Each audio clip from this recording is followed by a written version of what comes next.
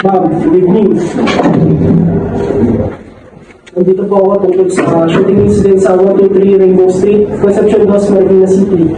Kasama ko po dito ang mga witness para kung sila yung magbigay ng kanilang salaysay. Opo kayo.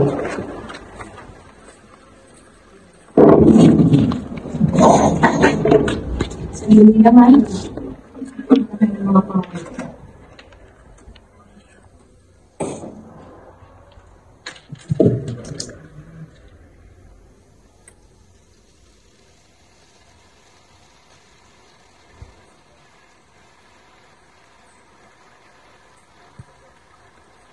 Sige, sino ko na magbibigay ng salaysay sa inyo? Ako po, ma'am.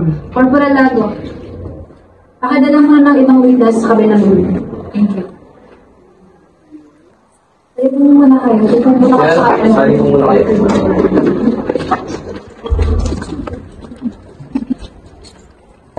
Okay ka lang ba? Okay lang po, ma'am. O ito, sabihin mo muna. Salamat po, ma'am. Nakikiramay ako sa mga okay ka na ba? Opo. Ano na matang simula sa pagkasiyasa? Sige po, ma'am. Bago ang lahat, magpapakilala mo na ako. Ako si Police Master Sergeant Valenzuela. Ikaw ngayon ay nahaharap sa isang pagsisiyasat. Nais ko lamang ipaalala sa iyo na ang lahat ng sasabihin mo ay maaaring gamitin, pabor o laban sa iyo saan mang hukuman dito sa Pilipinas. Naiintindihan mo ba ito? Opo, ma'am. Okay.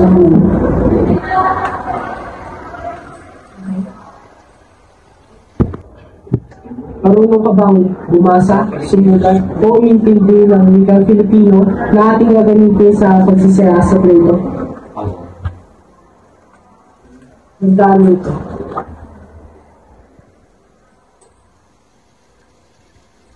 Nais mo bang ipagpatuloy ang pagsisiyasat nito? Opo. Pakilagdaan dito.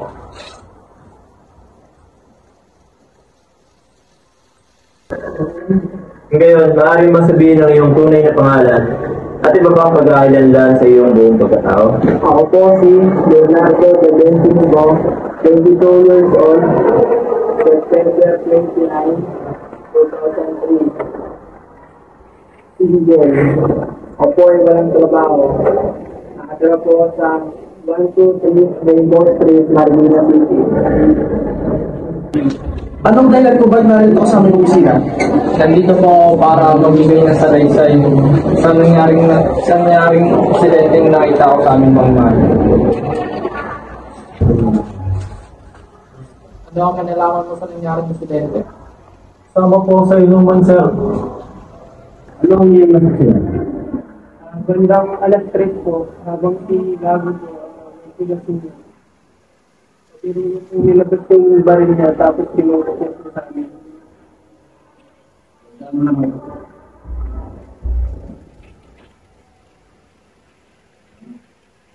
Sino naman ang nakabaril kay Juan de la Cruz? Siya po si Erlado Cesar. Okay, makilagdaan lang ito.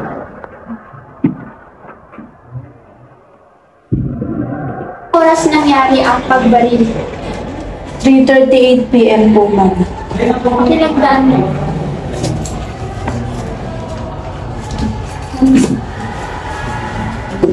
Paano mo nakilala si Erlado Season? Matagal na po kami magkakaibigan at nagkakaroon lang po kami ng maliit na seleksyon tuwing linggo. Pakilagdaan naman po. Paano mo naman nasabi na si Lago Earl Season ang pumatay kay Juan de la Cruz? Siya po yung may-ari ng baril. Pinakitang gilos niya po ito sa amin. At sa hindi inaasahan, nagputok niya po ito kay Juan de la Cruz. Maaaring pakilagdaan ito. Ano ang mga sumunod na nangyari? Sa pagtutok niya kay Juan de la Cruz, natamaan ito sa dibdib. Pakilagdaan.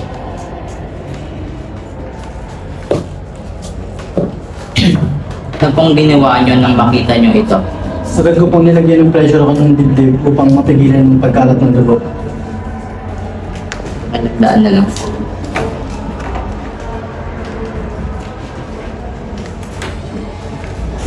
Saan nangyari ang krimen? Ma'am, sa 123 Rilo Street, Concepcion 2, Marikina City. Sa tapat po ng bahay namin po. Okay, sige. Pakalagdaan na namin.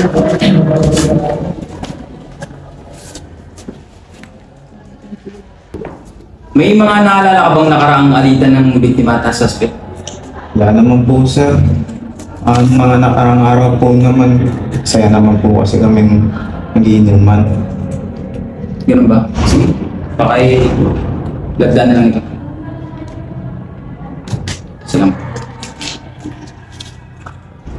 Maaari mo bang ilarawan kung anong klaseng baril ang ginamit na ito? Kulay itim po, tapos pistol po ata yun. Pakilagdaan na.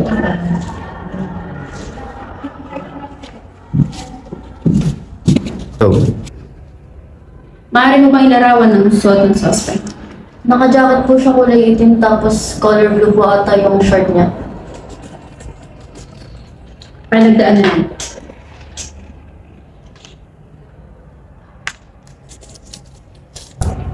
Nakita mo ba kung saan direction pumunta ang suspect? Opo sir, papunta po siya sa Mantina High School sir. Okay, ay nagdaan na lang. May nais ka pa bang idagdag o ibawas sa iyong mga salaysay?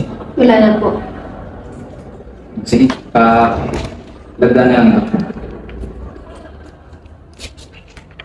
Salamat.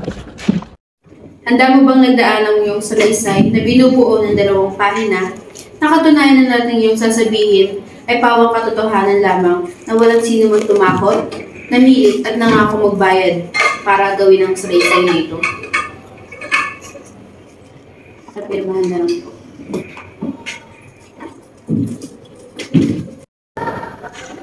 Kumusta na po kayo, ma'am? Nakikiraman po ako sa pagkamatay ng inyong asawa. Bago po ang lahat, magpapakalala po ako. Ako po si Police Master Sergeant Valenzuela. Ikaw ngayon ay nahaharap sa isang pagsisiyasat. Nais ko lamang sabihin sa iyo na ang lahat ng sasabihin mo ay maaaring gamitin, pabor o laban sa iyo sa anumang hukuman dito sa Pilipinas. Naiintindihan mo ba ito? Opo. Pakilirman na lang po.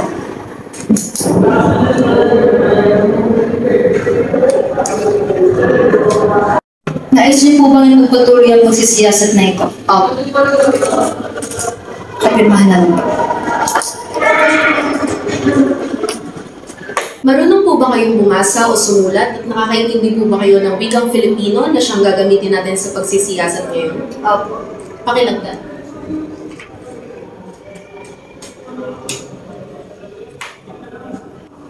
Maaari niyo po bang ilahad ang inyong buong pangalan at iba pang pagkakakilanlan para sa pagtatala?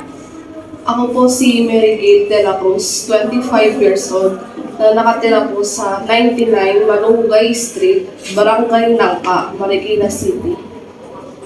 Bakit po kayo naririto? Nandito po ako para magreklamo sa insidente na nangyari sa asawa ko. Ano mo bang sabihin sa amin ng buong nangyari? Ano po, mga bandang 3:30 po ng hapon, tinawagan ko po yung asawa ko para umuwi na po sana. Nasaan po ba ang asawa ninyo nang tawagan ninyo siya? Ang sabi niya po sa akin, mag-iinuman daw po sila ng kaibigan niya na si Leonardo. Ano pong sumunod na nangyari? Kaagad naman po niyang sinabi na uuwi rin po siya. Tapos po mga bandang 4:20 PM, may tumawag po sa akin at nagpakilala ng pulis. Doon po niya sinabi na patay na po yung asawa ko. Agad po akong pumunta sa pinangirian at nalaman ko ang may insidente po talaga nangyari.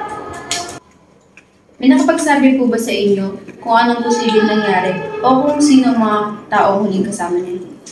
Ayon po sa kaibigan ng asawa ko, nilabas po ni Lago yung baril niya, tapos pabiro niya po pinutok yung isa-isa sa mga kainuman niya.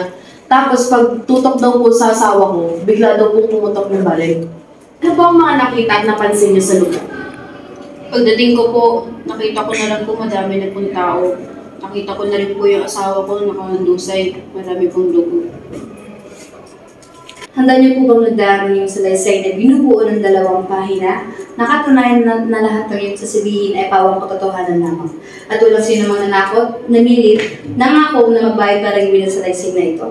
Opo. Para sa pakilagdaan na lang po.